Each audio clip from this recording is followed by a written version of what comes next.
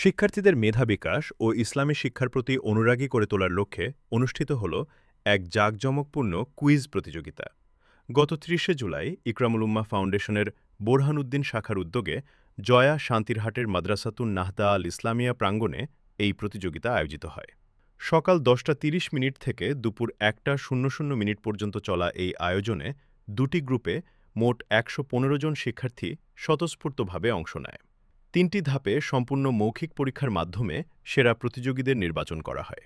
পরীক্ষা পরিচালনা করেন ফাউন্ডেশনের প্রতিনিধি জনাব মোহাম্মদ আব্দুর রহমান ও জনাব আব্দুল হামিদ। অনুষ্ঠান শেষে দুই গ্রুপের সেরা ১০ জন বিজয়ীর হাতে আকর্ষণীয় বই পুরস্কার হিসেবে তুলে দেওয়া হয়। ক গ্রুপে প্রথম হন সাইদুল এবং খ গ্রুপে ১০০ নম্বর পেয়ে প্রথম স্থান অর্জন করেন মাহিম। সকলের সহযোগিতায় অত্যন্ত সফলভাবে সম্পন্ন হয় এই আয়োজন। ইকরামুল উম্মাহ ফাউন্ডেশন, উম্মার স্বার্থে সেবার পথে।